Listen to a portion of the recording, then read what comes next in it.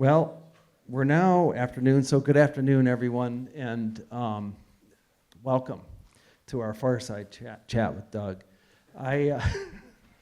Thank you, Jerome. That was a last-minute request. Let me just tell you real quick how this is going to go today. I'm really excited, and this is kind of the pinnacle of Doug's visit. This is what he's been looking forward to the most in his trip, is being able to just chat and speak with you and students as well, and answer questions, sap them for information, things like that. So the way this is going to go is very informal. I'm going to take a little time and interview Doug so that we can all together understand his journey up to this point. And there's just going to be a little bit of conversation going that way, and then we're going to open it up to you all. So you can't be shy. Anything is fair game in the conversations. I'm going to start, for those of you who weren't at commencement yesterday, with a little bit of his bio, so that you can understand the awesomeness. And then that'll be his introduction, and then we'll get going from there. Does that sound okay? All right. So this is, again, being organic. We're not going to put a strict time limit on this, but I am going to be respectful of Doug's time. Okay. Doug Chiang, who happens to be Lucasfilm Vice President and Executive Creative Director. Doug Chiang, the Academy Award-winning artist, author, and production designer, began his career as a stop-motion animator on the TV series Pee-wee's Playhouse. After right? After attending UCLA Film School, he also took some classes here at CCS. And I should say now, after yesterday, this is Dr. Chiang. With a full doctorate. After attending UCLA Film School, he worked as a commercial TV director for Rhythm and Hues before becoming creative director for George Lucas's Industrial Light and Magic in 1991. Dr. Chiang has earned numerous awards, including an Academy Award, 2 British Academy Awards, 2 Clio Awards, a Theo Award, a VES Award, a Webby, the Genie Visionary, and Art Directors Guild Awards. He was nominated for an Emmy for The Mandalorian, which he oversees, season 1, 2, 3, and now is currently in the middle of season 4. As an author, he has written many books, including Robota, his acclaimed illustrated novel that he created and co-wrote with Nebula and Hugo-winning author Orson Scott Card. His latest book, Mechanica, published in 2008, is the 2nd edition. Chiang's artwork has been exhibited worldwide by the Brooklyn Museum, Chicago's Field Museum, and Kyoto and Tokyo National Museums, among others. In 1994, George Lucas selected Chiang to serve as head of Lucasfilm art department for the Star Wars prequel films. Chiang left Lucasfilm in 2002 to form Ice Bank Studios, his 35-person design studio. In 2006, Chiang partnered with Walt Disney Company and Robert Zemeckis to form Image Movers Digital, new digital film studios built around Ice Bank Studios. As executive vice president, Chiang grew the company to a core staff of more than 550 employees and oversaw its daily operations until 2011. Additionally, he served as Robert Zemeckis' production designer for 10 years on films such as Polar Express, Beowulf, and Disney's A Christmas Carol. Dr. Chiang returned to Lucasfilm in 2013 and currently serves as Lucasfilm's Vice President and Executive Creative Director. With over 25 years of Star Wars expertise, he oversees designs for the Star Wars franchise, including films, theme parks, games, and new media. He was Lucasfilm's principal designer for Disney World Resort Star Wars, Galaxy's Edge, and Star Wars Galactic Starcruiser. He served as production designer on Rogue One, Star Wars Story, and most recently reunited with Zemeckis on Disney's Pinocchio. Currently, Chiang also serves as production designer for the Star Wars live-action series, The Mandalorian, Obi-Wan Kenobi, Ahsoka, and Skeleton Crew. So he's done a few things. Please join me in welcoming Doug Chiang. Thank you.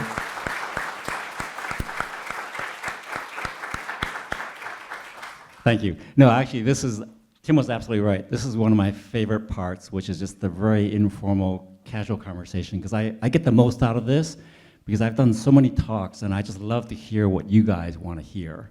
And I'm all for being very transparent and as candid as possible, so please, I encourage you, if you have any questions about what I do, what Tim and I do, how we got here and stuff, please ask, because each of us had a very different path in coming here, and there's no straight line, and everything's different, but I'm more than happy to share, because I just feel so connected with you guys, and that's why when Tim actually invited me, this was an automatic yes for me, and I'm just really happy to be here, and I can't wait to see all of your work.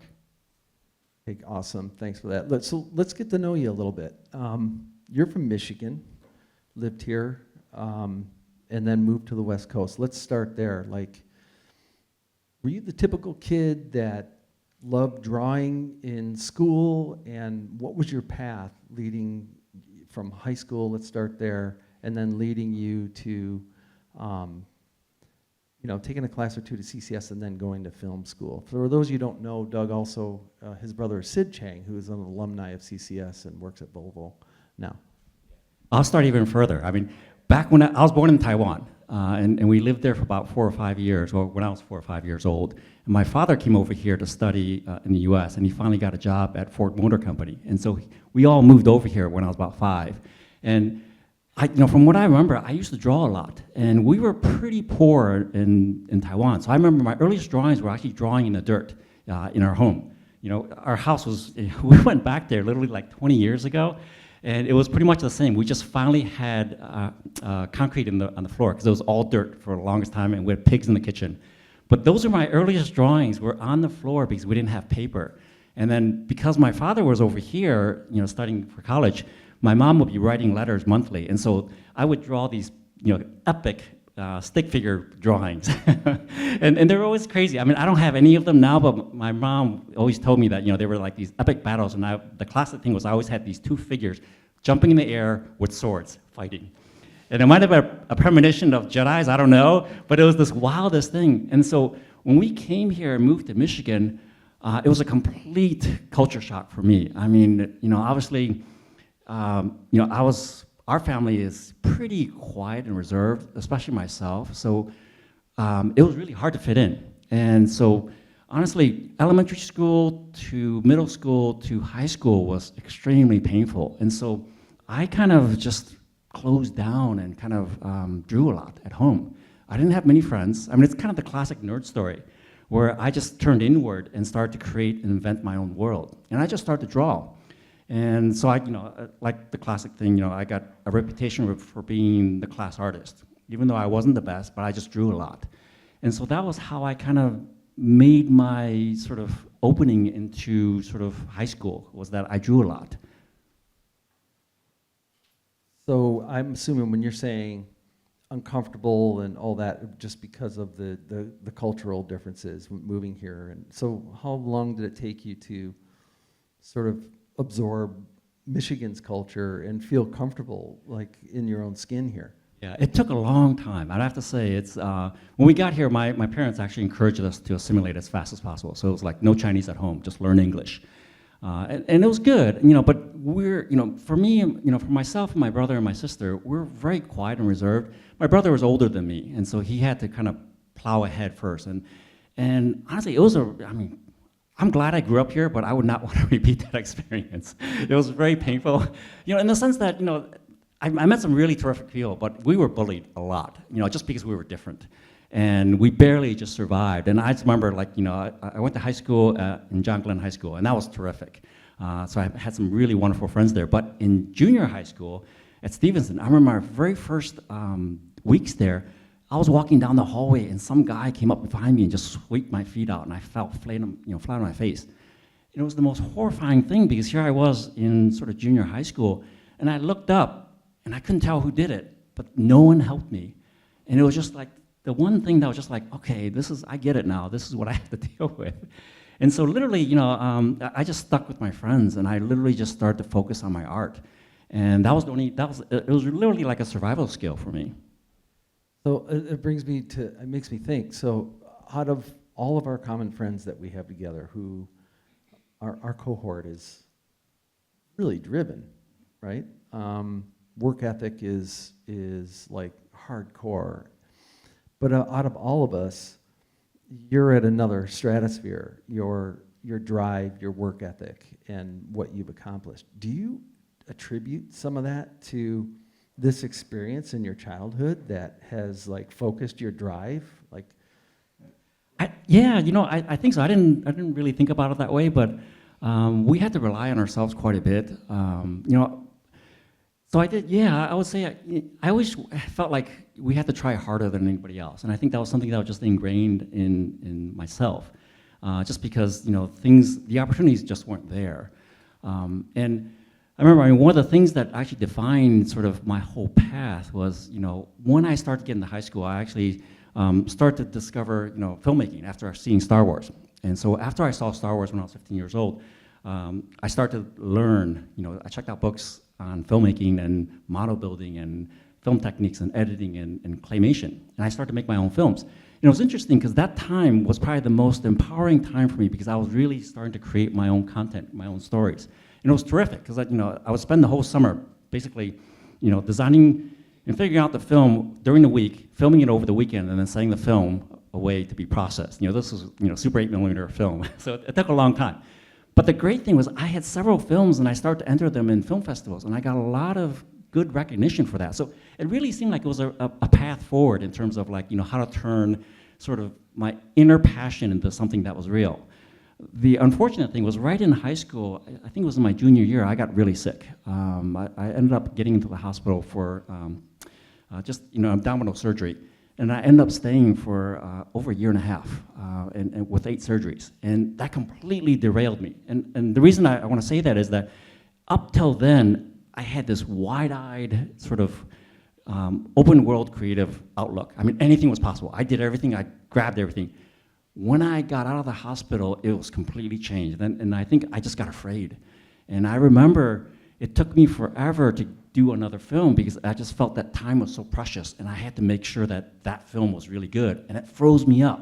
And it was this crazy thing where, I try to drive myself as much as possible, but this was a huge mental block for some reason because it just turned my life upside down. And the only way I got through that was I just decided okay, I just have to rely on myself. I just have to make the best of it and just keep going and push for it. So let's talk about that a little bit because I think that's a huge thing for students that are here to hear. We all hit our brick walls. We all have our roadblocks. Not many of us experience the same thing where we're held up for a year and a half through a huge health issue. But looking inward for most of us isn't enough. What tools do you use to get past that so that you don't freeze up? You spoke to a little bit yesterday in your speech, which was awesome. I mean, can you extrapolate on that? No, I guess the best way to put it is that I started to think about, okay, what are the priorities for me? And one of the things that was really important is, because when I came out of the hospital, basically, long story short, they discovered that I had an allergic reaction to some surgical sponge. So every time they went in, it got worse. And they ended up taking about 50% of my intestines out. And so there was a big question when they released me that I would never be able to gain weight, that I would have to go in and be infused with food every night. And so I decided that, okay, no, I'm gonna prove them wrong. And so I started to eat a lot to kind of maintain my weight. And I also decided that, okay, I'm gonna work out. As crazy as that sounds, I did. And so the crazy thing was that about a year after that, I actually looked better and was more fit than when I went in. And it was this crazy thing where, the minute I started to do that and I realized that I had some control over my life if I really put my mind to it and I started to see the results, it gave me this drive to okay, maybe that's one other thing, if I focus enough on it. And it was something that just came organically, and, by trial and error to learn those things. And that was probably one of the biggest lessons because it really showed me that, okay, if you put your mind to it and you work hard enough at it, despite all the adversities, you might be able to make some progress. And so that proved to me that, okay, maybe that's the model that I should use, for everything, for my art, for my career, is that, okay, I'm just gonna set my mind and do it. And like yesterday when I was talking about, how I learn art on my own in terms of, checking out books and practicing and doing homework and all that. I mean, I set goals for myself. And as you guys know, it's so hard to sort of assign assignments to yourself, because the easiest thing is to give yourself easy assignments that you like. And for me, I went the other way. I gave myself everything that I didn't want to do, with the idea that it would push me out of my comfort zone so I would learn the most. And so that was it. When I went up and got hired with George Lucas's company, Industrial Light and Magic, literally I was the new guy there, and there was a team of 5 people, and these were the best artists in the industry, because that was what Industrial Light and Magic was. I felt completely out of place because they all went to art school. Some of them went to CCS, some went to art center, some went, they were all like top-notch artists. And here I was coming in being self-taught. And so I realized, okay, how do I compete in that environment? And the answer was that I had to set this year-long homework to really improve myself. And that made a huge difference. I mean, it was kind of, I was excited about it, but it was also like a huge sacrifice, because I literally just shut everything out in terms of my social life. I didn't talk to anybody. I literally, after my day job, I would go home and draw, and then on the weekends I would paint. And I did that, for a full year, because I set a very specific time. I said, in 1 year, this is what I want to do. Okay, we're going to pick up from that in 1 second. I want to back up maybe a little bit from there. You go to film school, UCLA. You petition to take some drawing classes there. There are people there that had a huge impact on your life and validated you, basically. What is the gap between that moment and when you and I met on Back to the Future and worked together? That's the first part of the question. The second part of the question is, then what did you do to get that first job at Lucasfilm to work with Ian McKeg and these monsters, right? So, two-part question. No, it's funny because CCS wasn't really an option for me, because I wanted film design, and entertainment design and film design wasn't here at that time. And so I thought, okay, if I want to get a job in the film industry, I should go out west and study film at UCLA. That was the obvious thing. And my heroes growing up were literally like Sid Mead, Ralph McQuarrie, and Joe Johnston, sort of the icons of concept design. And there was enough out there where I could look at their work and try to learn. And I actually learned how to paint by looking at Ralph McQuarrie's paintings. I'd never taken a painting class, and because I just didn't know, how to paint.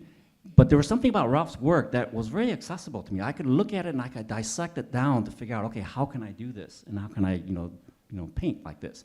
And even though he was using gouache, I couldn't use gouache. There was no way. It was just too hard for me. So I gravitated towards acrylic because it was the easiest medium for me. But then acrylic is super hard to use in terms of the paintings that Ralph was doing. But it was my way in, and so I kind of struggled and found my way to kind of do all that. So from that time on, it was really about finding my heroes in terms of design, and then mimicking them and seeing what I can take from them. Like Joe Johnston's line work for his spaceships were terrific. I mean, he was a young kid when he did that, and it was like, wow, he was so beyond his age in terms of his form language and his line quality.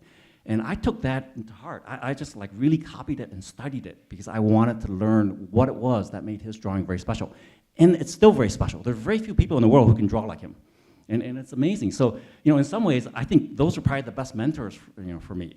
Sid Mead was at another level. There was like no way I could touch him. It was like I couldn't understand how he did any of that work. But at least that was my way in. So I started to literally, just pick up things here and there. And my whole path was, when I was at UCLA, studying film, I kind of made my own curriculum. I mean, because UCLA is an interesting university in the sense that they really empower the students to find their own way. They don't set something very rigidly, especially for filmmaking. So they give you the tools, they give you the equipment, and then you have to find your path. And so I just made up my own. I mean, even though I wasn't supposed to make a film until my, I think, junior year, I made it in my sophomore year. And it was just kind of like, okay, I just petitioned the professor, and I said, I really want to do this. And they said, okay, well, go ahead. You're doing it out of cycle, but go for it. But out of that film, I made my 4-minute stop-motion animation. And the great thing about that is, at that time, there was this wonderful film festival sponsored by Nissan, and the first prize was a new car. And so I submitted my film, and I won a car. in college. I know. No, and so this was like, it was mind-blowing to me because here I am, a poor college kid, and I have a car, a brand new car. Yeah, but the point being that, in some ways, it kind of reinforced the idea that you just have to find and grab the opportunities that you can and just, make them happen. And so my whole path at UCLA was doing that. I didn't take many art classes. I think I took 2. One was Lois Swarnoff's design class, which I talked about at commencement. And the other one was a life drawing class. And then from there, I actually, because I could draw, I drew daily for the Daily Bruin, the newspaper. It was the second largest publication in LA. It was like 30,000. And because I wanted a job. And so I basically applied and became an illustrator. And so every night, around 5 o'clock, I would draw an illustration that would be published the next day. And it was a really good experience because they were line drawings. They're really hard to do. And I didn't know how to do line drawings, but I just kind of like, okay, well, I want this job. Didn't pay anything, but it was just super fun.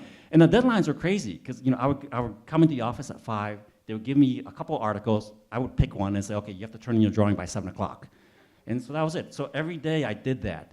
And it was really good because I started to do a whole bunch of drawings like that. And I had no idea. I mean, I would see the paper, out there, and nobody knew who I was. And it was only much years later that I ran into somebody who said, "Oh, you're the person who's doing that drawing," because they were trying to figure out who in the art major was doing those drawings.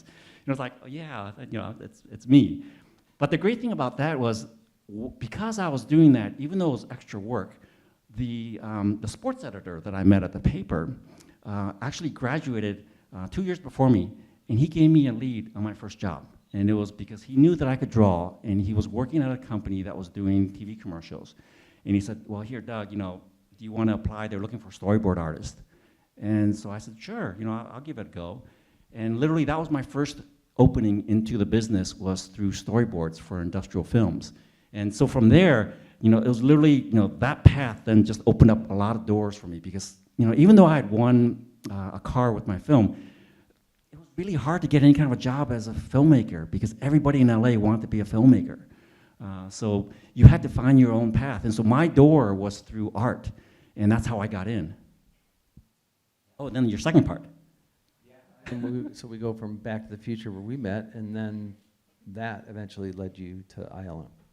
Yeah. So long story short, I started to freelance down in LA, and the one thing led to another. And so one of my first jobs was working at this new computer graphics company called Digital Productions. And they were one of 3 companies that created motion graphics. Computer graphics at that time was so hard, and all they did was like flying logos. And so I interviewed with them, and they offered me a job right away as because I had a film major, it was as a film designer and director for these TV commercials, computer-generated TV commercials. And it was really great because I thought, okay, this might be a career path. Maybe I can't get into motion picture, but I can get into television and computer design because I kind of merged both of them. And it was really great because computer graphics in the late 80s was just blooming. It was just kind of like on the cusp of actually some big breakthrough. The company I had worked for was called Digital Productions, and their big thing was that they did The Last Starfighter. And I don't know if you remember that film, but that was the first film where they had, computer-generated visual effects for spaceships. It was a groundbreaking thing, and it was done because they had a Craze mainframe computer, this giant thing. And that was the craziest thing. Was my first interview there it was this office in Culver City. It was this warehouse, but literally half of the office was a computer, and it was behind this glass door, and it came with 5 technicians. So you had to literally buy the computer, and you had to buy these 5 employees to maintain it. And the electricity bill back then was like over 10 grand just to service this mainframe computer. That was how hard it was. And even then, the frames would take a couple of days to render things that you can do on your Mac now for in minutes. And so it was ridiculously hard. But it gave me a lot of sort of insight in terms of how to design for cinema in the most efficient way. And so I stayed there for about a year and a half, and unfortunately, the 3 companies that were there was Digital Productions, Robert Abels, and Omnibus.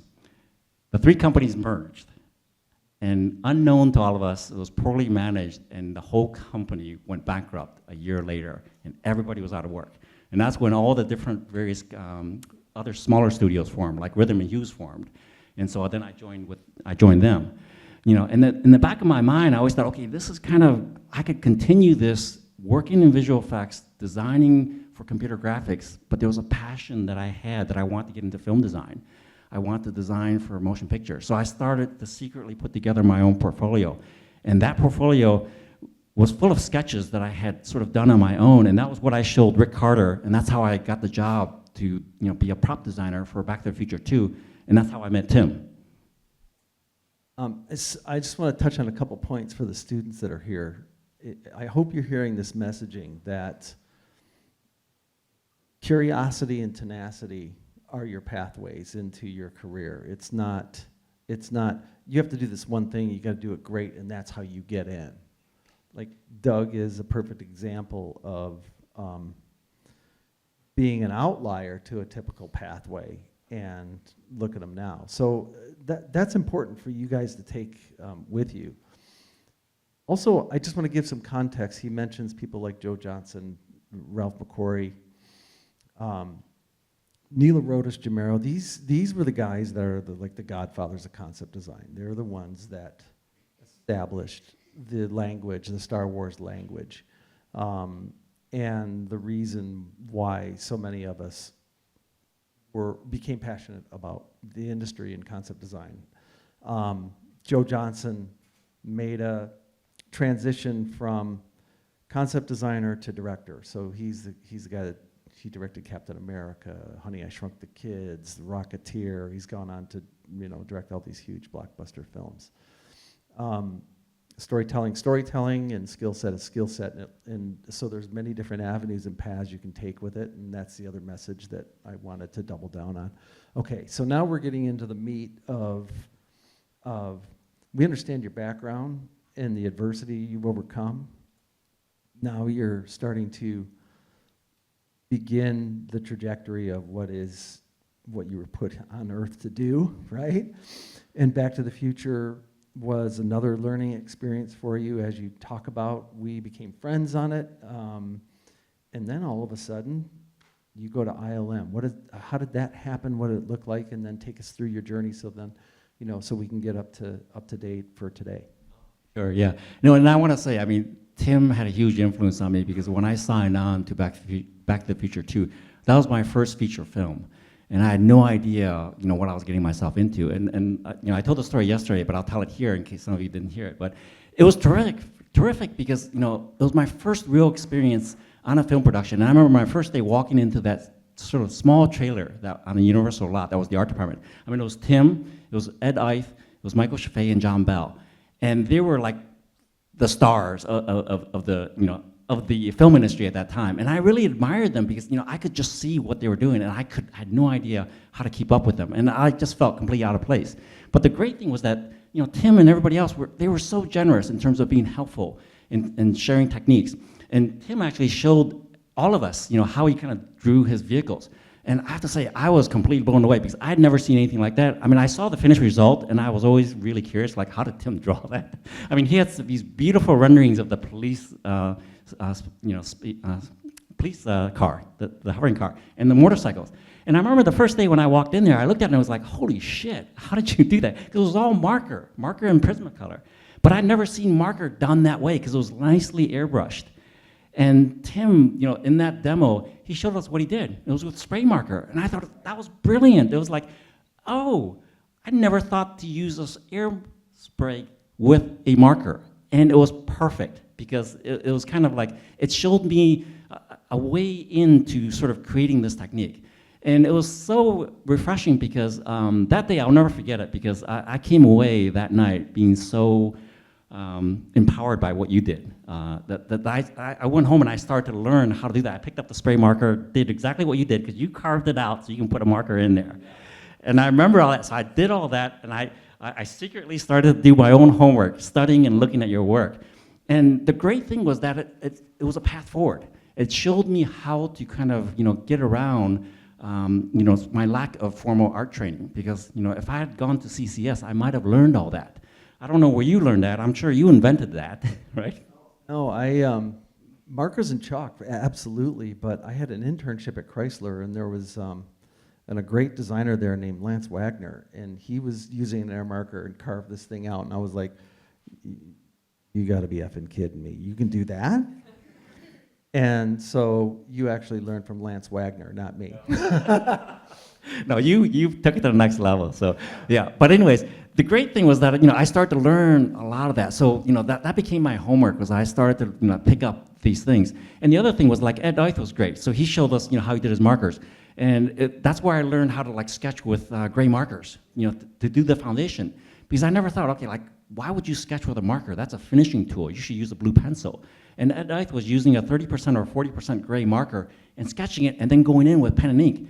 And it was amazing, because you were getting happy accidents. And so that became the foundation of a lot of my sort of design skills. I mean, that was when I was working with George on Star Wars, that was all I did, was gray marker drawings, to kind of discover what the forms were. Because prior to that, it was literally drawing on pencil, on paper, putting a vellum over it, retracing it, drawing it again, and doing another overlay to do an ink drawing. It's like 3 or 4 different steps. And here it was just one step. You draw the marker, you put the ink to it, boom. The hard part about it was that it was also very, it was less forgiving, because if you screwed up, that was it. You had to start out completely over. But I just love that idea of that you can actually, make a process so efficient by just jumping in, full bore, with no intimidation whatsoever, and taking that on. And so that became sort of my homework and sort of self-education. And so right after Back to the Future 2, I mean, literally, I went back and I started to learn as much as I could, and I started working my portfolio. And that's when I got a call from another friend who actually, coincidentally, a person named Steve Beck, who I worked with down at Digital Production. He got hired at ILM to head up the art department. So he called me and said, hey, I have a project. Do you want to try it? And it was a 3-week spec project for a film that they were bidding on called Island Robot. And I said, sure. So I did some concepts for it, and they said, okay, no, we got a little gig, we're going to continue it. You want to come up north? It's only for 3 weeks, no guarantee, but you want it? And I said, absolutely yes. It was my way into ILM, because when I came out to California, my whole goal was to work for George and ILM. And so this was my open door for that. Even though it was only 3 weeks, I packed everything up, got out of my apartment, drove up north, and just kind of put it all in. Because that was a risk that I had to take.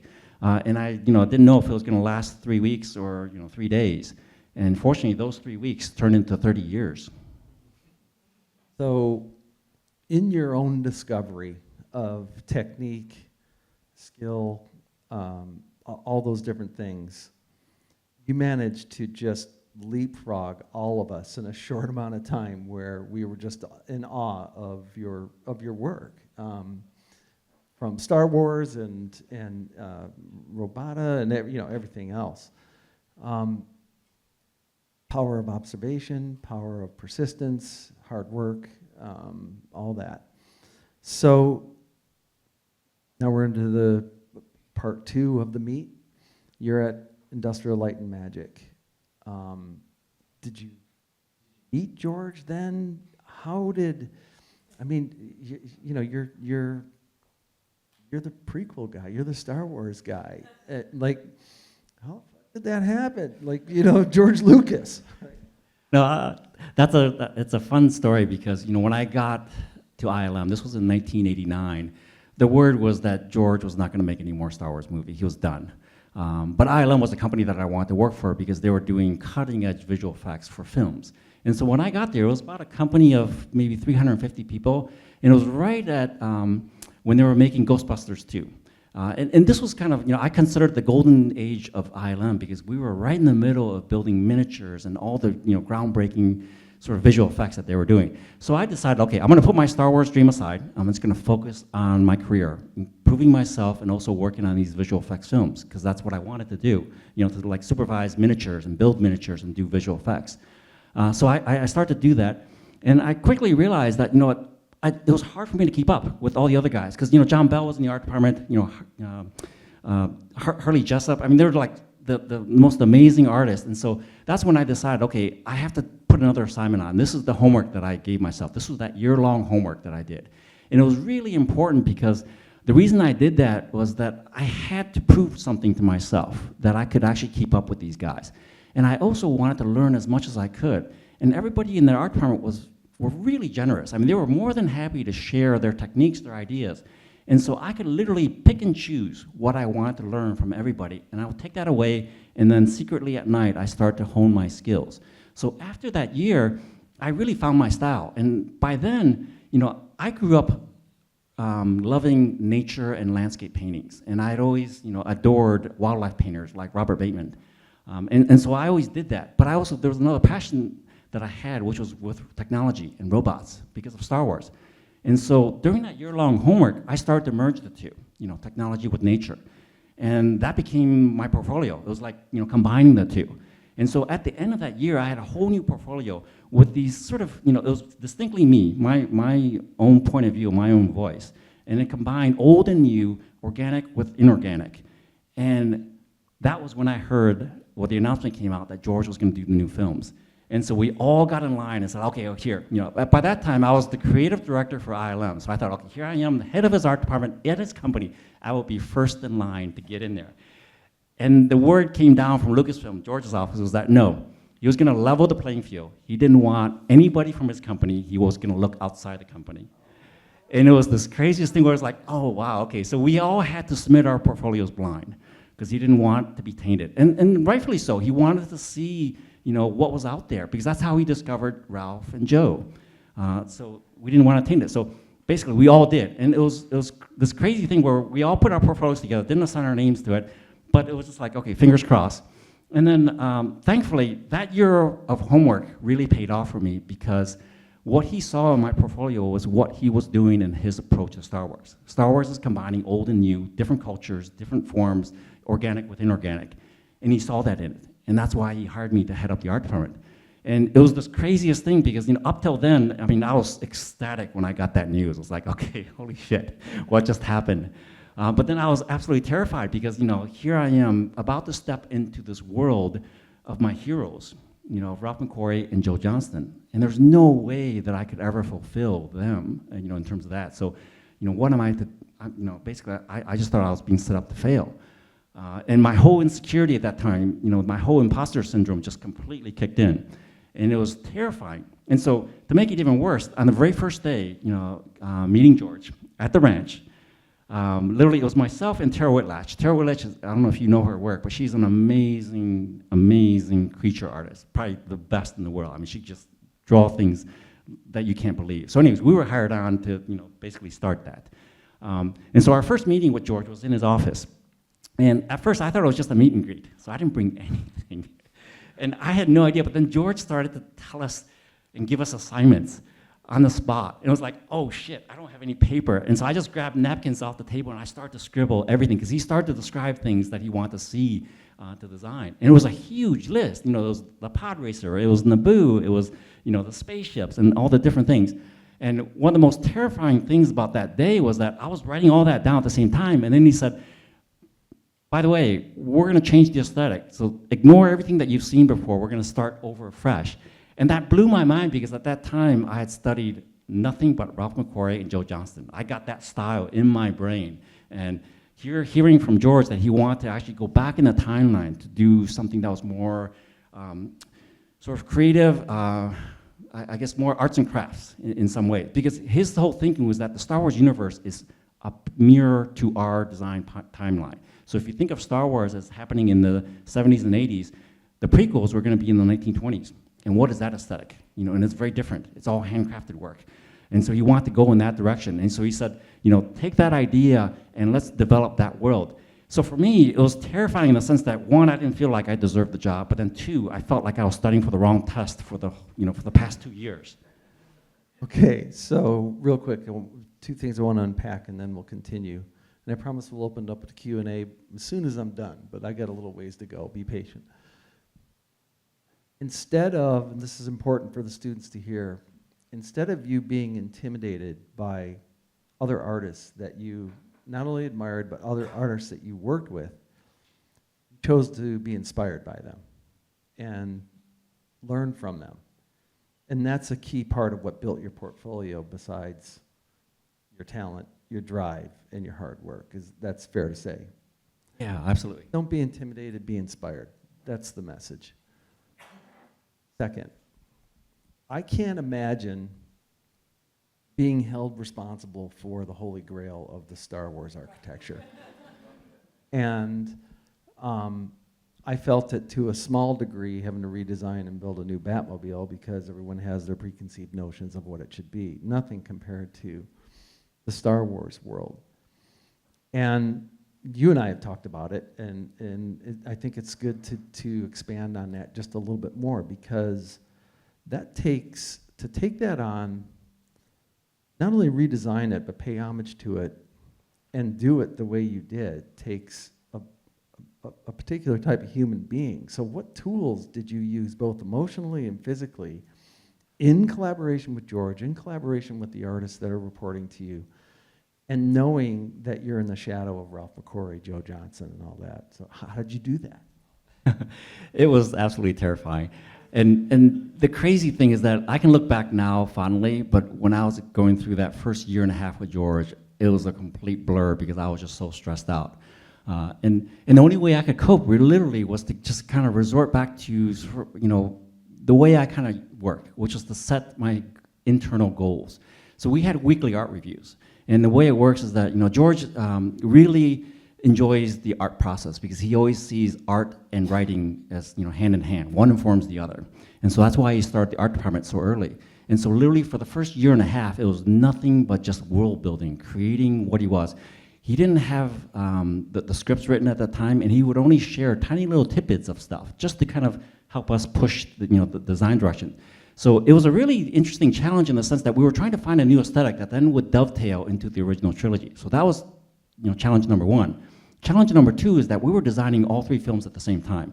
And that's a lot of stuff. And so I had no idea where he was going to go with all that. So it was literally like just trying to put as much ideas out there for him, because I had complete faith in him that he was going to guide it in terms of this, determining what the aesthetic was going to be.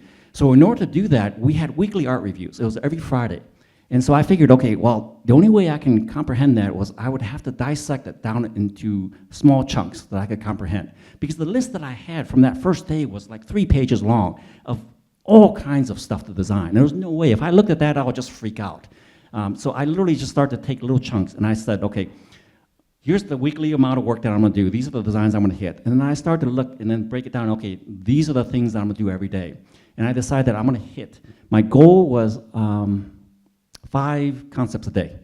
By the end of the week, to have at least 25 images. And these were the marker renderings.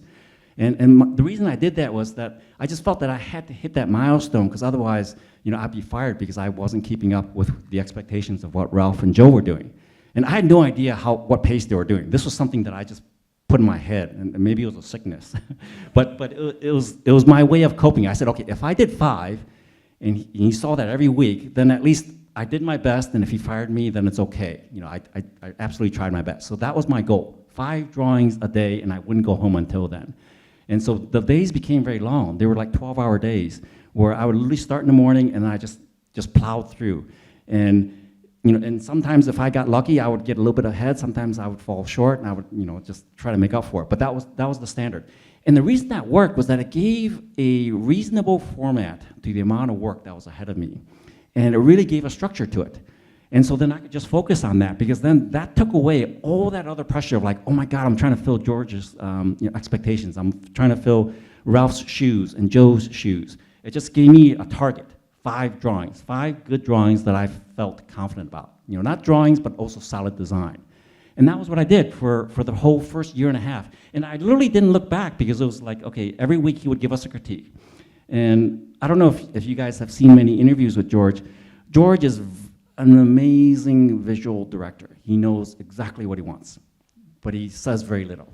And so the crazy thing is that in the art reviews, we were literally all the artists. It started with just myself and Taro, and eventually grew to about 5 artists.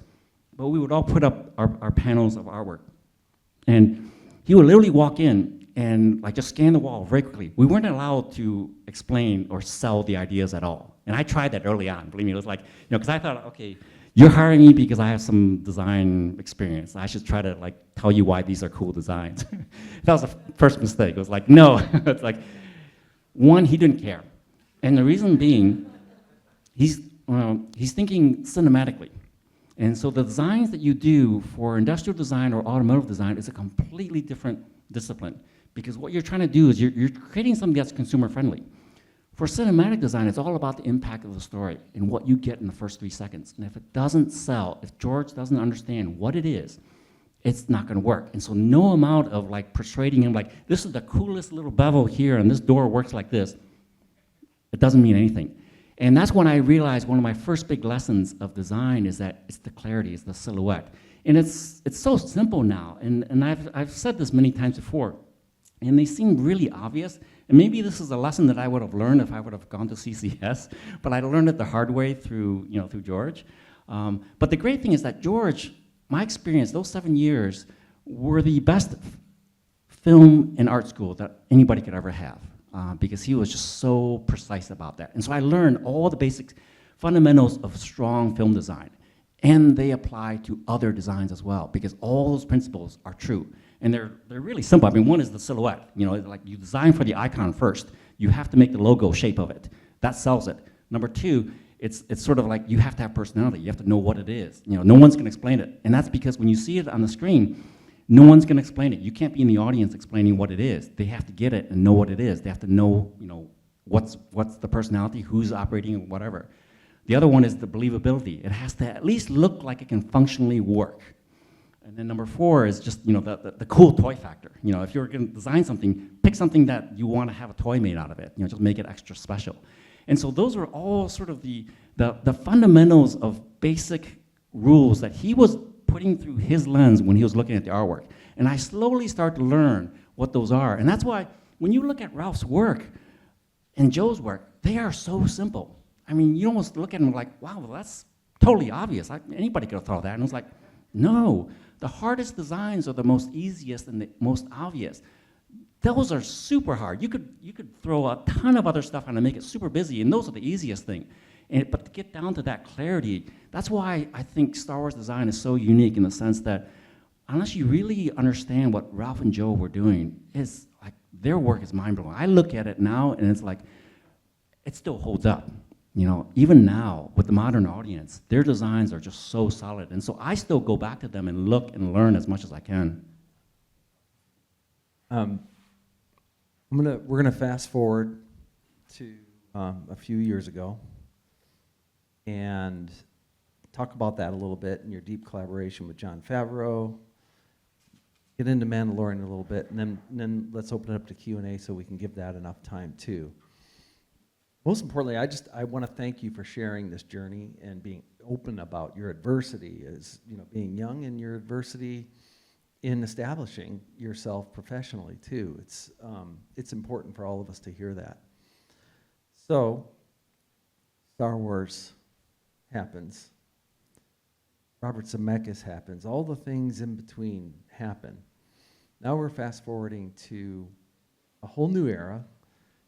In technology, in storytelling, and how we go about it, in story voice, like Jon Favreau, who isn't necessarily the aesthetic designer that George is, volume and what that takes in place, and your position, Vice President, Lucasfilm. It's not ILM anymore, but Lucasfilm. Now you're in charge of multiple projects, a lot of people, a lot of great talent, as you talk about, globally, and a show that just like is on a rocket ship that's incredible.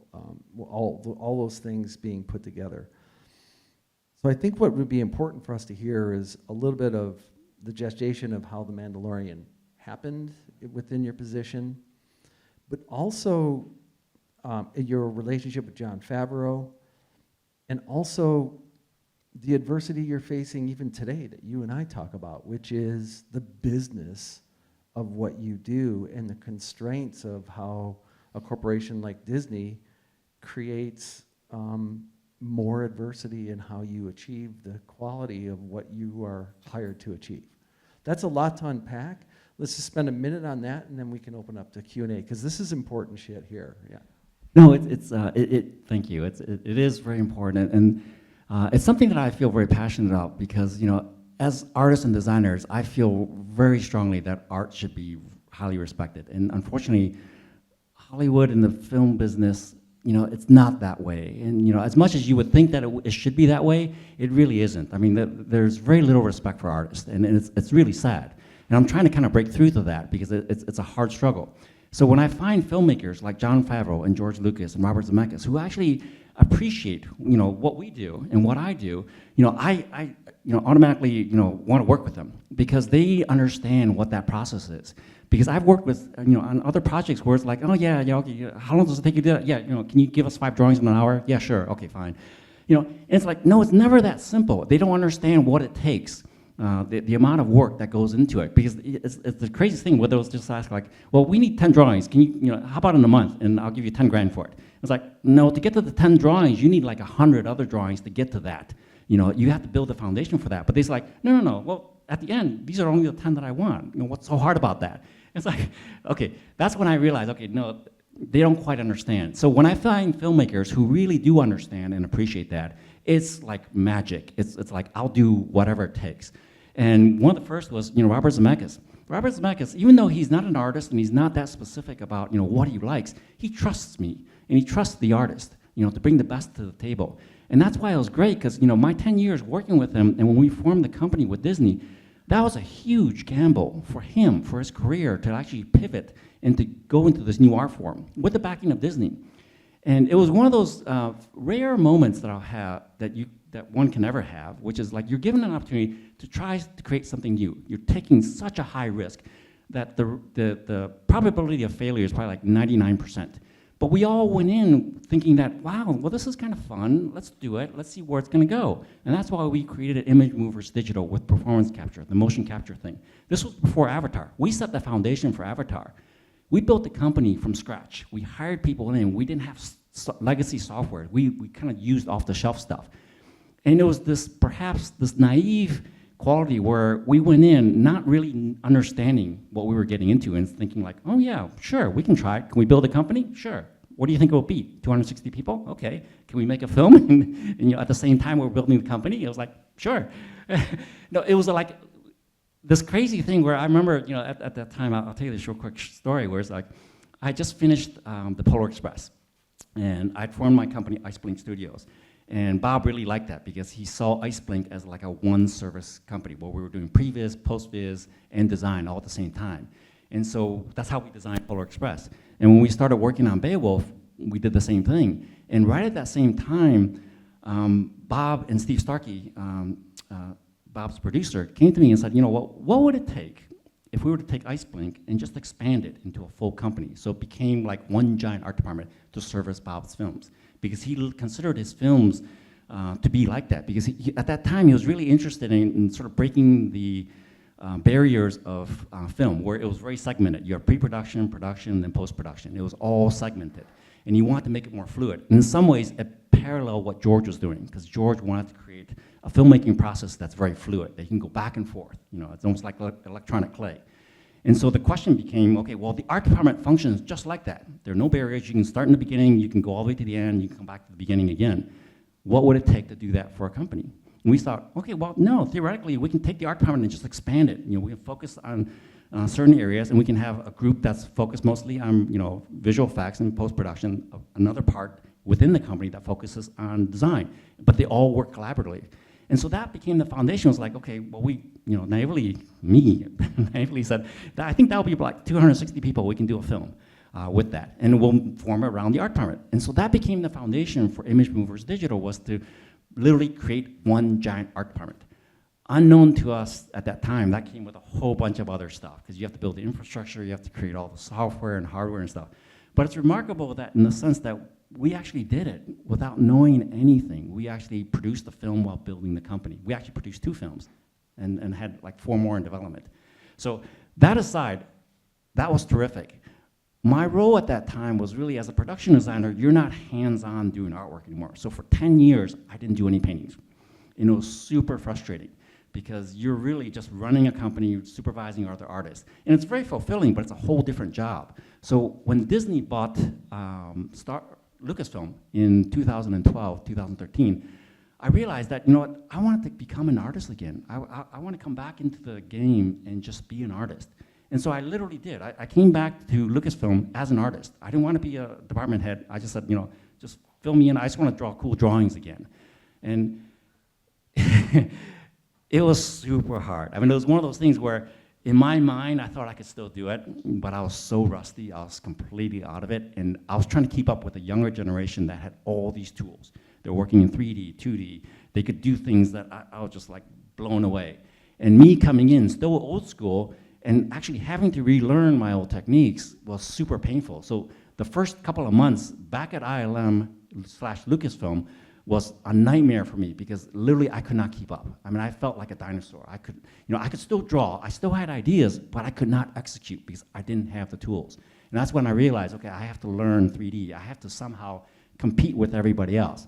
And there was another one of those things where I took on the homework to like learn Modo.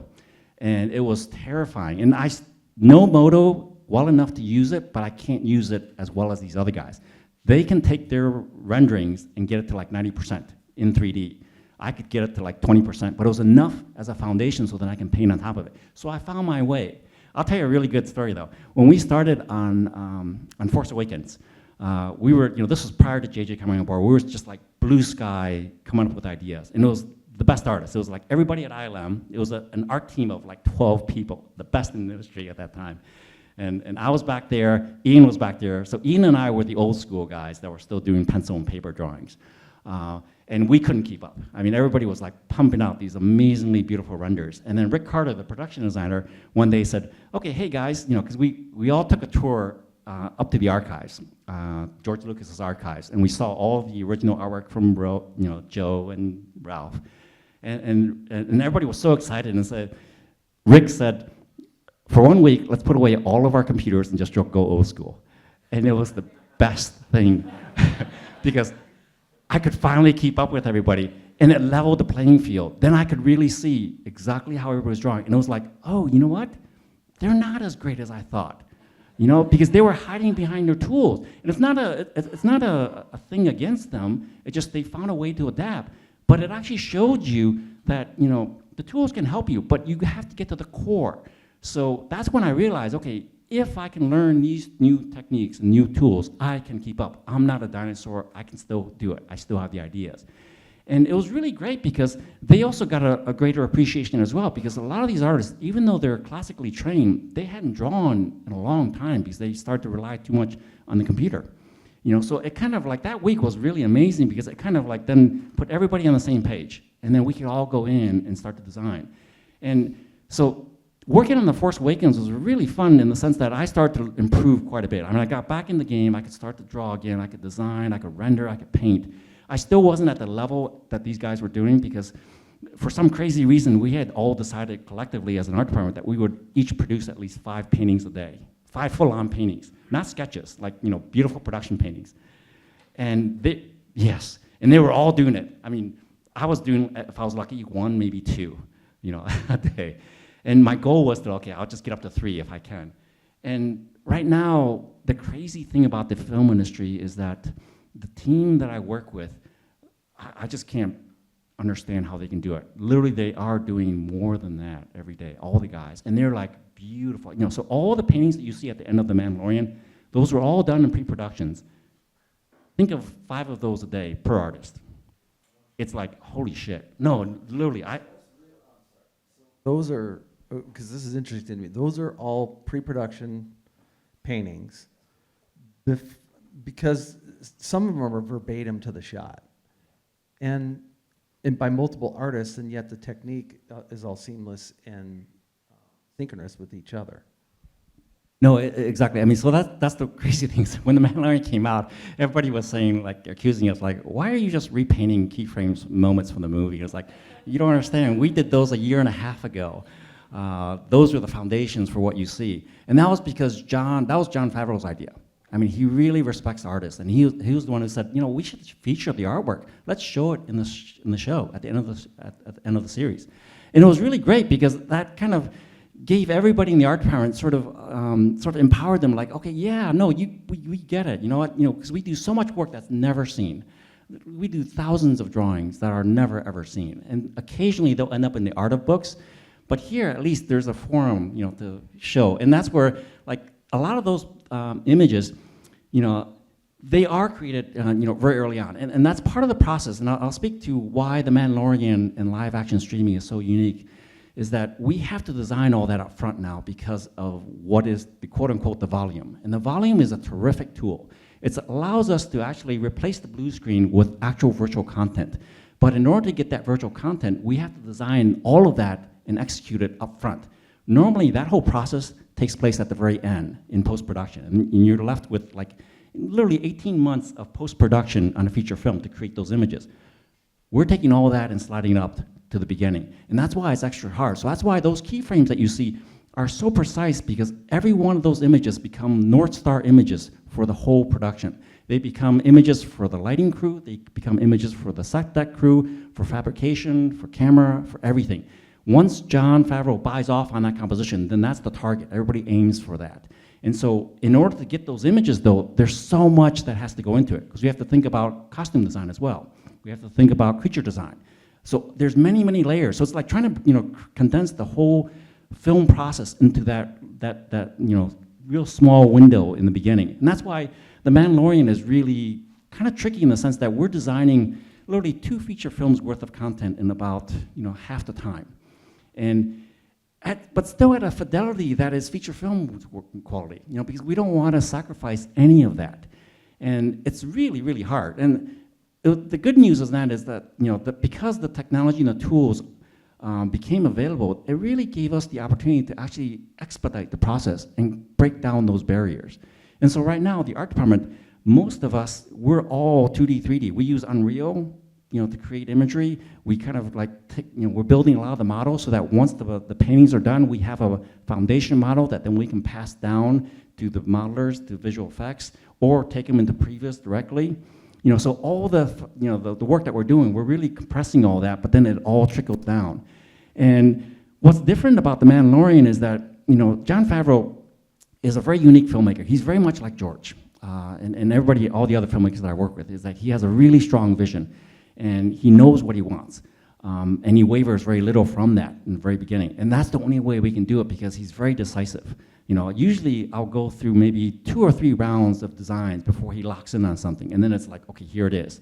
Instead of chasing the designs forever, because I've worked with other freelancers. I've worked as a freelancer on other shows where you're literally chasing a design over and over, and you end up exactly where you started. And it's because sometimes certain filmmakers want to validate that the original idea is the one. But if you get somebody like Jon Favreau who just knows, once he sees it, and like George, once they see it, they just say, that's it, go for it, build it, finish it. It makes everything so much more efficient. And so The Mandalorian is terrific in the sense that we're proving that, but these are only tools.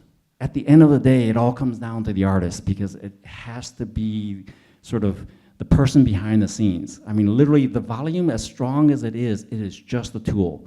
And right now, we're finding that, okay, it has its limitations as well, but the great thing is that it allowed us to film in LA. It allowed us to bring locations into our stages, as opposed to going and taking the crew out to locations. And so you get basically the scope and epic quality of Star Wars in a stage setting, with in a cost-effective way. Technology. Okay, this is the close of Act 3. I'm going to ask you 2 questions, and then we'll open up to Q&A. Your answers are to be one-word answers. I'm going to throw you a curveball. I don't want to set this up, but I'm going to set this up anyway. We talk about balance, you and I. That's difficult. First question, what brings you your greatest joy? It's the audience. Great. Second question. You're probably one of the most mild-mannered humans I've ever known. What pisses you off the most? Lack of respect for artists. I love that.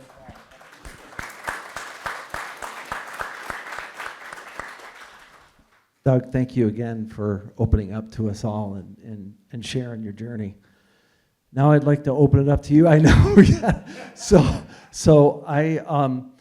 we'll kind of go in order, and we've got plenty of time, so we'll get to everyone. And I think Gil, I think we started here.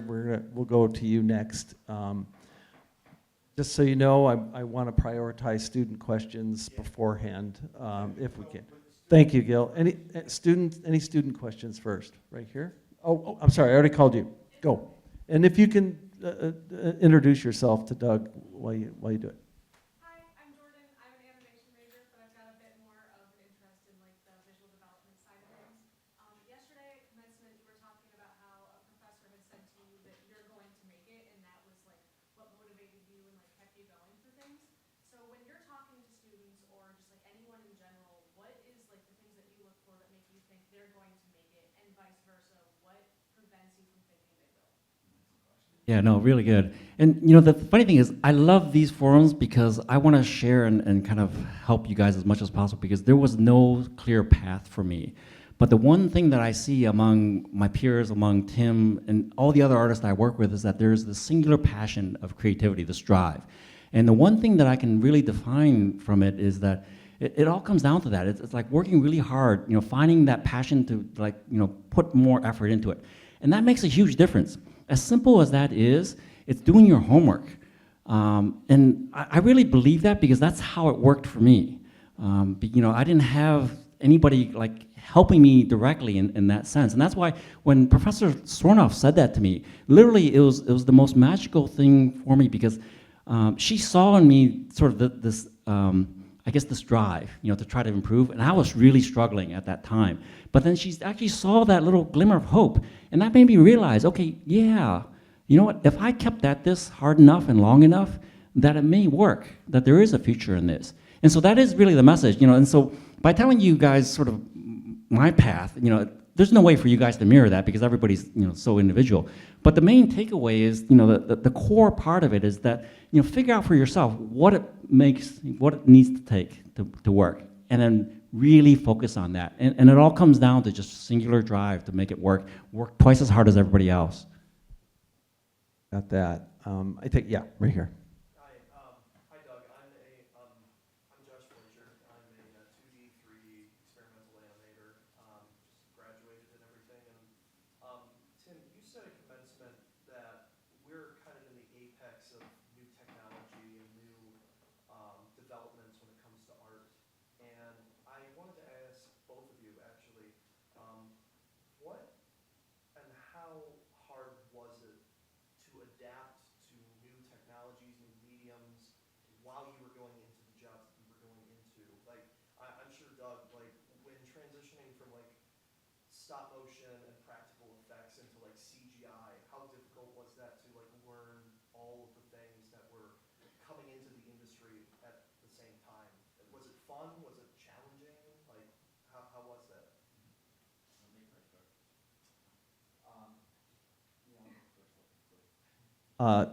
Yeah, and we can talk about AI. I mean, Doug has his views on it, and we should. It's important.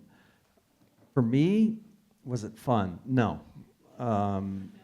Classically trained, I love my markers and gouache. I love gouache more than my kids, I think.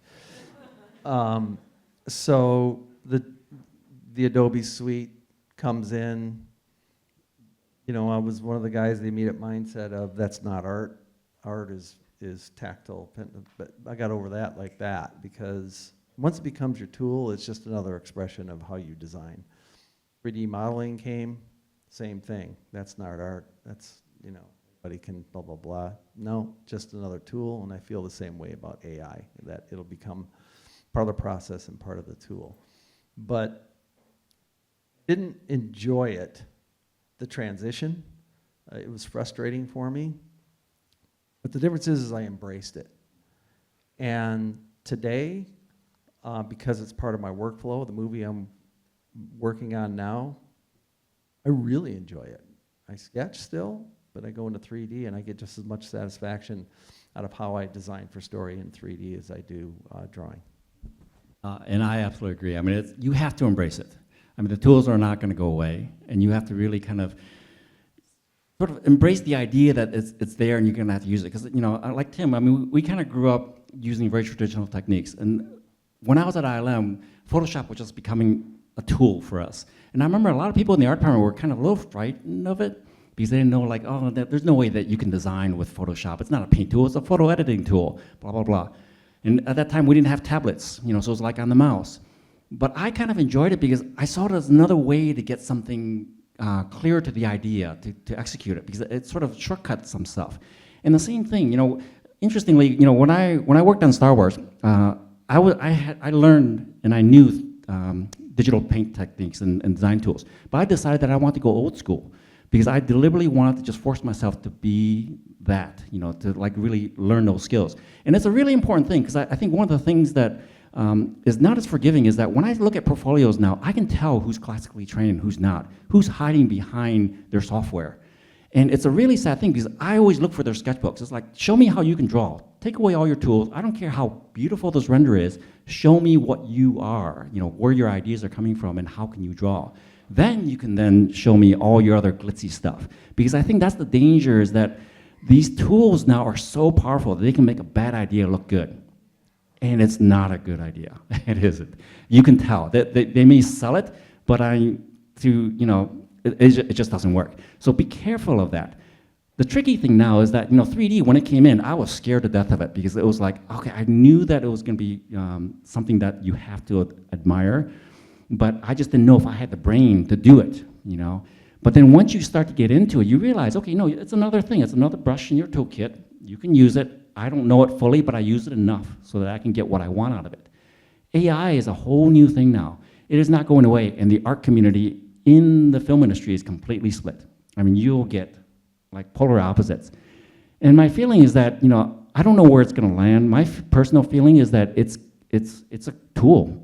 I look at it as a research tool. It's not art. I look at it like, okay, maybe I'll use it if I'm stuck and I want to see, okay, maybe there's some combination of things that I can get from it. It's like literally taking a magazine and cutting out images and throwing it on a table to see what kind of forms you'll get. It's a very sophisticated version of that, and that's all it is. But then you have to come in there and dissect it and take the pieces out. And so that's how I would use AI. I mean, it's wrong to use it, I think, completely as like, okay, here's your idea, this is it, replicate this. That's not what it's meant to be yet, for me anyways. So it's a really tricky thing. It's getting so good now that I look at it and it's like, wow, it's like, that's pretty darn amazing. I mean, technically it's beautiful. But is it art? No, I think it needs the person behind it. It needs the thought behind it. So I literally use it as a research tool only. Great. Okay. Any other student questions? Right here. Hi, though. First, thank you for sharing your inspiring experience today, yesterday. So I'm Ryan. Yeah, we had chance to talk yesterday. So I'm happen to be like one of the first student in the CCS concept program here. Thanks to Tim. So it's great to hear that you say you feel connected with us. I feel the same way, especially when you say you want to be a filmmaker, because it's also still my ideal after my career as a concept designer, but I do realize the limitations about this. So my question may be a bit personal, like when you already reached this level as a concept designer and also had a connection and resource in the industry, will you still like to and or plan to express your artistic pursuit in the position as a director? I did. I gave that dream up 10 years ago. No, and I'll tell you why. It's like I grew up wanting to, because I always wanted to just like tell my own story. And that's why I wrote and created Robota, because that was a story that I was really passionate about. And it actually got a lot of traction. But I realized that Hollywood is a big industry, and they're very risk averse. And unless your property is something that they can brand in a certain way, or if it comes with a certain guarantee of things, it's almost virtually impossible to get anything produced independently. And I hit so many brick walls. I mean, I literally pushed it for 20 years to try to get to that. And then I also came to a big realization that, I'm not as young as I used to be. I don't have the energy. And it's a young person's game. It is so draining. I see the directors now that I work with, and it's like, I can't do that. And so literally 10 years ago, I realized, okay, you know what? My time passed, as hard as it was. And it was a good thing because I learned to accept that, because, sometimes you do find yourself aspiring to something, but then you have to face reality. And it's the one thing that's really important, I think, for a lot of students is like, you gotta face that reality. Yeah, you might wanna be a director. You can talk to anybody in LA, they wanna be a director or an actor. It's like, no, you all can't be, you know? So find out what works for you and then be happy with it and then be the best at that. And so I found sort of my happy medium. Yeah, there's a part of me that's really disappointed. It's like, yeah, you know, my childhood dream was that. But at the end, I'm very satisfied because I did give it my all, and it just wasn't there. And you know, so I'm not discouraging you, by the way. Yeah. Great. Anyone else? Any other students? I saw your hand go up first back there. Hi, Doug. I'm Matt. I'm a sophomore in the film department. My question for you would be, do you feel as if like the recent advancements in VFX technology has like increased like what is possible like with your designs, like what's practical to pull off? No, absolutely. It's interesting because when I was at ILM, we saw this whole transition from traditional miniature photography to visual effects, computer graphics. And it was really wonderful because the whole industry, Hollywood especially, they just like went all in on computer graphics and it became nothing but that. It was all eye candy. And now what I'm seeing is the pendulum swinging back. It's like, okay, now the sheen has worn off of that. Where can it be? And it all comes down to like, what is the best, you know, medium and technique to execute visual effects, perhaps. And computer graphics right now is so amazingly powerful because, you know, back then, the hard things were simulations, like water and fire. Now it's like, you can see some amazing, you look at avatars, like, holy shit, that CG water is absolutely real. And so it's one of those things where it becomes, it gets to such a refinement and such a high fidelity that it just becomes another tool now that they can use. And you almost take it for granted. And I think that's good in the sense that then you can abstract it away and not really focus on it. And it becomes just part of an element to support the story. It becomes part of the set dressing now. It's not the featured element because it really shouldn't. I mean, the visual effects, as much as I love it, you know, it shouldn't be the centerpiece of all this. It has to come down to the core of, you know, what is that audience experience? And there is a part of me that'll be like, hey, just show me nothing but fire and water simulations and explosions, and I'll just watch that, you know. And that's great, but that's not what the core of the filmmaking is. And it's a tricky thing because the film industry for visual effects is at an interesting point right now because the work has gotten so good that anything that you can imagine literally can be created. And that has a drawback because if you don't have limitations, then you'll create something that is completely unbelievable. And I struggle with that all the time. And this is where, you know, working with a filmmaker like Jon Favreau is terrific, is because sometimes he'll pull us back. He'll say like, well, you know what? No. Go back. Like, how will we actually do this practically? Don't think about like, okay, no, the computer can render this amazing explosion, but what would it look like if we were to actually do it practically? Because we want to ground it in reality. Because at a certain point, that spectacle becomes so over the top that it becomes unreal. Okay, and I think I saw your hand second. I'm Michael, concept student, a rising junior.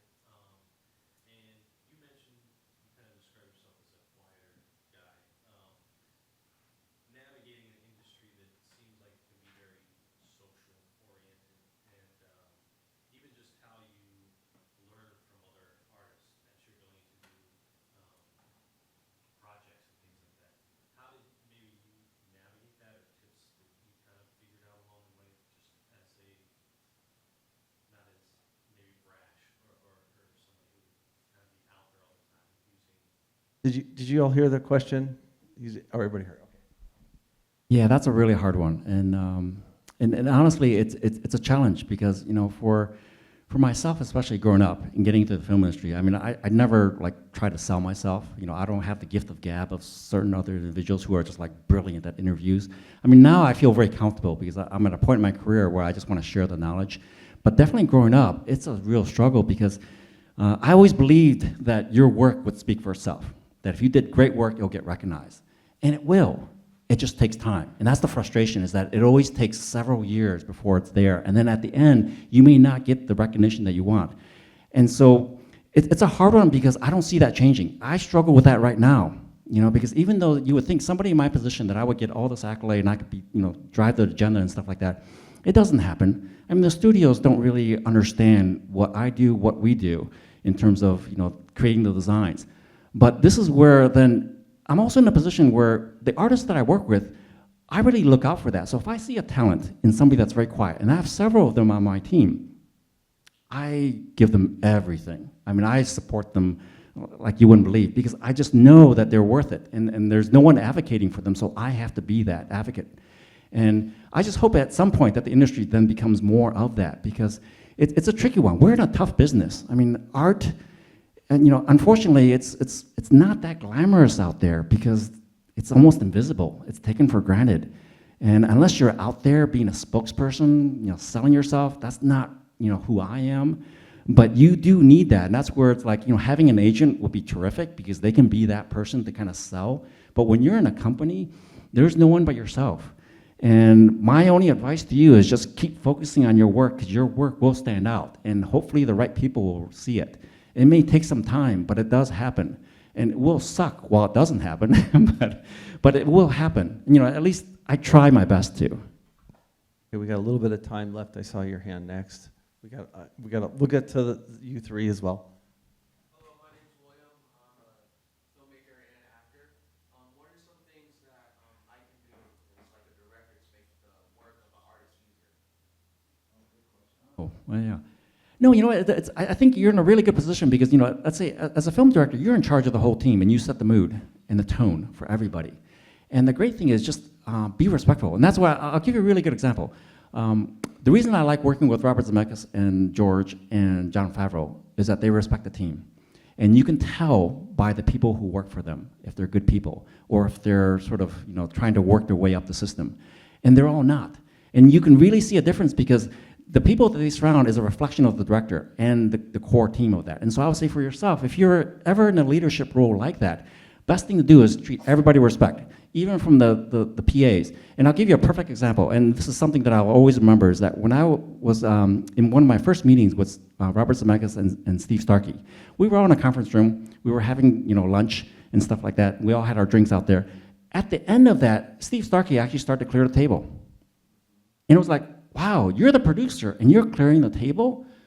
It made such an impression on me. It was like, no, it doesn't matter. If the job's there and you can do it, just do it. There's none of this sort of like, oh, I'm wearing this title and I should not do this. I want a PA to do that.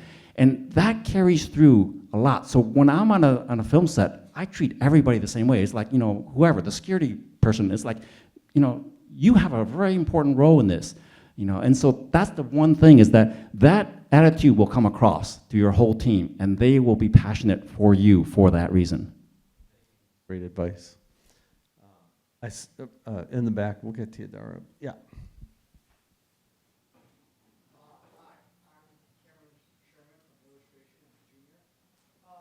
mentioned getting to talk and work with people like George Lucas and Jon Favreau. So how was it working with lesser artists like Dave Filoni or someone like that? It's great. I mean, Dave's terrific. It's really good. If you ever get an opportunity to work with a filmmaker who's also an artist, it's like a dream. Because you have a shorthand, you can communicate really well. They appreciate what you do. They know how hard it is, to get great ideas, and so it's really great. Dave's amazing in that respect, because he came up as a storyboard artist, and then as an animation director, and now as a feature film director. Who had their hand up under these? It was you and you, right? Okay, go ahead, and then we'll go to you, and then Dara, and then we're gonna have to close up in it pretty soon. All right, cool. Hey, my name's Ian Schaefer. I'm a transportation design graduate student going into my thesis year here. And I'm just curious, because my thesis actually kind of deals with this a lot. How do you think going forward we can kind of spread awareness for artists getting more respect in our respective industries? Wow. I know, tough questions. Yeah, no, what? I try every day. I don't know what the answer is. I really don't, because a lot of it is having them, is working with other artists who have gotten into sort of, higher level positions, because they can really understand. Unfortunately, the business doesn't work that way, because it takes a different kind of personality to rise to the top. And you're hopeful that you can be fortunate enough to work with somebody who actually is kind and can actually respect and understand, what you do and what everybody else does, even if they can't do it themselves. So that's a hard one. I mean, yeah, if we can answer that, I would love it. I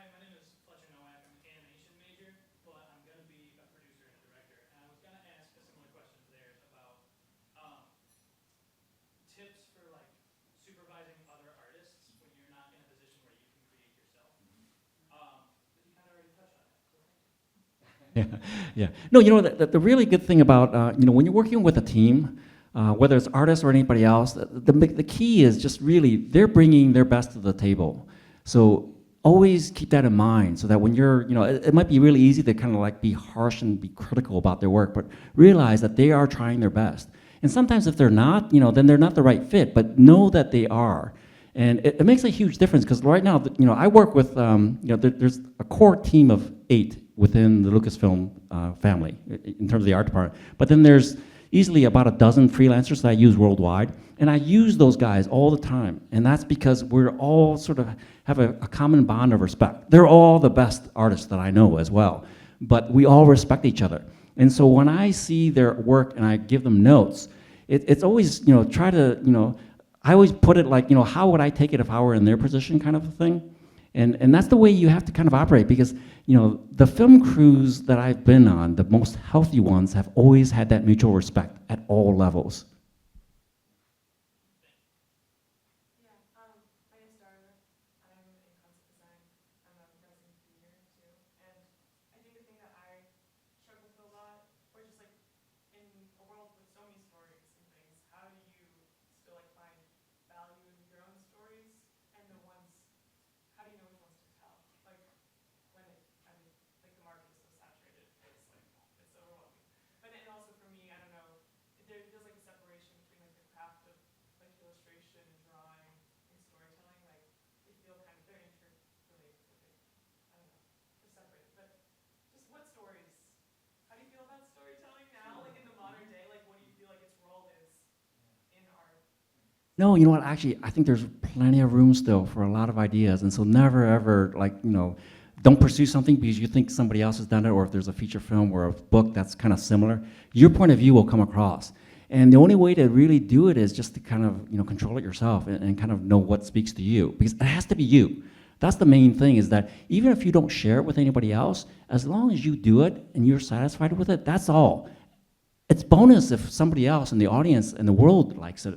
You know, so when I approach my projects, when I created Robota, it was for me. I didn't want to, like, you know, go out there and like say, hey, you know, it's going to become a bestseller. It was like, no, I wanted to create something that I really enjoyed. This was for me personally. My goal was to, you know, get a book published, because I'd always wanted to do that, because I thought, you know, that would be really cool. That was kind of contained and I could do it. It was just me. Everything was on my shoulders. That's what you should do. If you have a story that you're passionate about, it's all up to you. So don't ever hold yourself back. That's the worst thing. There will be plenty of other people who will do that to you. That was a zinger at the end. Go ahead. Are you good with, we're a little over, are you good with a couple more? Okay. Hi there, my name is David Rose. I just graduated yesterday in illustration. With focus on visual development. Obviously, thank you so much for speaking today, and yesterday was extremely inspirational. So my question is, I'm not misremembering, but you had said that your entrance into the industry was through storyboarding, right? Now, I think that that's kind of a question for a lot of people who are coming in, is like, how do they get the foot in the door? And if you don't have like enough of a storyboarding portfolio to be able to get into something, like how do you diversify your work enough to be able to kind of be able to have something? So like if a storyboarding opportunity comes up and I only have like visual development stuff, like how do you get enough of like something to be able to like generally have specific enough to whatever it is that you're doing? No, that's a good question, because I stumbled into storyboarding. I mean, I didn't want to be a storyboard artist. And prior to that, I only did storyboards for my own films. So I never really did it professionally. But the way to look at it is that if you're given an opportunity, even if you don't have anything in your portfolio that can back it up, take it. Because it's one step closer. And you don't know where it's going to lead you. And so for me, you know, when I got that opportunity to do storyboards, it was like, okay, sure, you know, even though I didn't want to do it, but I knew that it was going to lead to something more. And it did. It led me to a directing gig for all that, because they could see that I had ideas I could design and I could execute at the same time. But that opportunity wasn't there in the beginning. And so the biggest advice I would give is that, you know, whatever door, as long as it's art related, take it, because you have no idea where it's going to go. And honestly, I could not have planned my career. I didn't know what path to take, but the difference was that I grabbed every opportunity that I got, because it just like, okay, there's no risk in that. You know, you just take it and see, and okay, if it didn't work out, fine, that's okay. You just wasted a couple weeks of your life, perhaps. But the benefits of that, you'll never know. Like when I took on the job to be an illustrator for the Daily Bruin, doing those drawings, I literally looked at it as a job. I didn't know it was going to lead into a storyboard career and then a directing career, at the end, years later. But it was just like, okay, I just did it because I wanted to be, I thought it was fun. So one of the biggest things is that there is not going to be any direct path to the career. I mean, you may be lucky enough where you will find that and it's very linear. In my experience, it's always been kind of like, just being at the right place at the right time, as simple as that sounds. But the main thing is that try to find those opportunities and just grab them, even if they're not what you want, as long as it's one step closer. Great advice. Okay, let's go with one more. Are there any other student questions? Because we didn't get a chance to open it up to anyone else here. Okay, Alex. Snack Rising Senior in concept design, but Phil Saunders talks about doing model kits and other unrelated things to keep himself fresh for his creative work. What kind of stuff do you do, and what advice do you have in finding things that fit that role?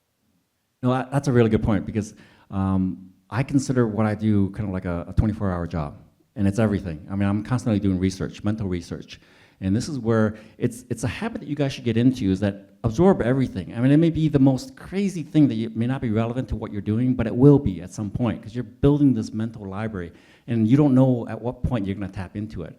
And so for me, I try to do as much as I can, in terms of like things outside of your discipline. Like when I'm drawing, I do like model building, I do like clay building and stuff. And it's like, do I ever use that for my job? Probably not, but it helps to inform what you'll do eventually.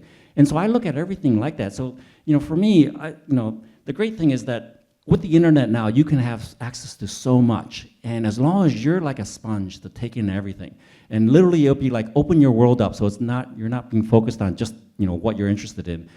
Try everything else. One of the great things is that, in my job right now, I have a really wonderful opportunity to work with fashion designers. And it's like, okay, well, I'm not a fashion designer, but there's something interesting in that world. And I start to look into it because we're doing a collaboration. And it's like, wow, okay, I am learning new things with that. And who knows, maybe that experience will inform a character design that I'll come up with next year. So it's one of those things where I would say I would highly encourage everyone to just like take in as much as you can. I mean, it's literally, you never turn it off. It's always on. Doug, I can't thank you enough for the last 2 days. It's been inspirational, informative, humbling, amongst a million other things, and I just can't thank you enough for taking the time to be out here. We know how busy you are, and this has been a turn for the college and our students. Thank you. Thank you. Thank you.